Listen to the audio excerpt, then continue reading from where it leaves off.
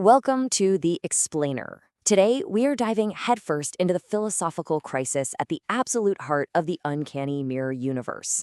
This is a story about how reality gets made and how it can decide to unmake itself, all based on this wild idea called the Fichtean curve. And you know what? We're going to start right at the end. Just listen to this terrifying line from a being known only as the monolith. It sounds like a total contradiction, right? The will that wills its own undoing. But it's not. It's actually the inevitable, chilling conclusion to a brutal philosophical war. So to even begin to understand that quote, we have to answer this question right here. Our journey is going to take us deep into the heart of a conflict raging inside the shattered scriptoria, which is, get this, a library inside of a rotting mind.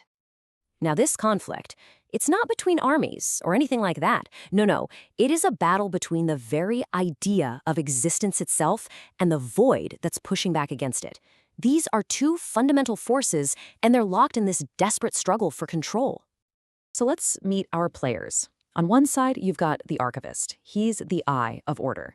This is a being who genuinely believes that reality only exists because he writes it down, because he catalogs it. And on the other side, we have the void dancer. He's the not I of discord, basically the embodiment of chaos, the universe's delete key, pushing back against any attempt to make sense of anything. This whole thing hinges on a core concept, and it's a bit of a mouthful: Tadhandlung. The archivist's entire life is a Tadhandlung. It's this active, desperate attempt to create reality just by asserting that it's real, just by writing it down. But here's the catch. For the I, for our archivist to actually be something, he can't just shout meaning into a vacuum. He has to hit a wall. He has to run into an obstacle that pushes back. And this is where the first crisis really kicks off. That obstacle, that wall, has a name. It's called the Anstoß, or the check. Think of it this way. You only know where you end and the world begins because you bump into stuff. The Anstoß is the ultimate stuff you bump into. Without it, the self has no boundaries, and without boundaries, you can't have a definition. You're just nothing. And here we see it in action. The void dancer is the Anstoß. He's the living, breathing obstacle. He's looking the archivist right in the eye and telling him, you think you're creating reality? Look again. Your ink is turning to poison. You're not writing laws. You're just describing a void. Out. Now, you'd think the archivist would just crumble after that, right? But nope. This is the key to the whole thing. He doesn't deny the chaos. He leans into it. He basically says the struggle itself is what gives him purpose, what makes him divine. He needs the chaos to define himself against. And this, of course, throws us directly into the second crisis. A simple opposition isn't going to cut it anymore. The whole struggle just escalates into this frantic, desperate fight over the very nature of truth itself. But the void dancer sees a huge, fatal flaw in all this. He just mocks the archivist's striving. He calls it a meaningless, closed loop. It's like a dog chasing its own tail so frantically that it ends up biting it clean off. It's a cycle of self-affirmation that is just doomed to destroy itself. For the archivist, though, this friction is everything.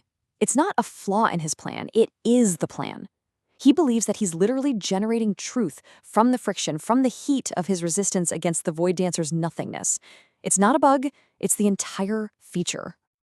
So, you know that old question? What happens when an unstoppable force meets an immovable object? Well, we're about to see the answer. And I'll give you a hint. Nobody wins.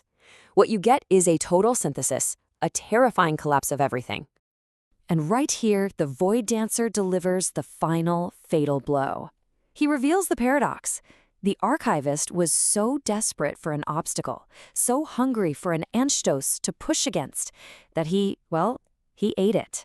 He completely consumed the very not I that gave him purpose. He won the battle, and in doing so, he completely lost his reason to exist. So in the end, there's no winner. The line between them just dissolves. The archivist and the void dancer, order and discord, they just collapse into each other and become a single, horrifying entity, the monolith, the very same one we heard from at the very beginning of all this. So, why does any of this matter to us? Why go through all that?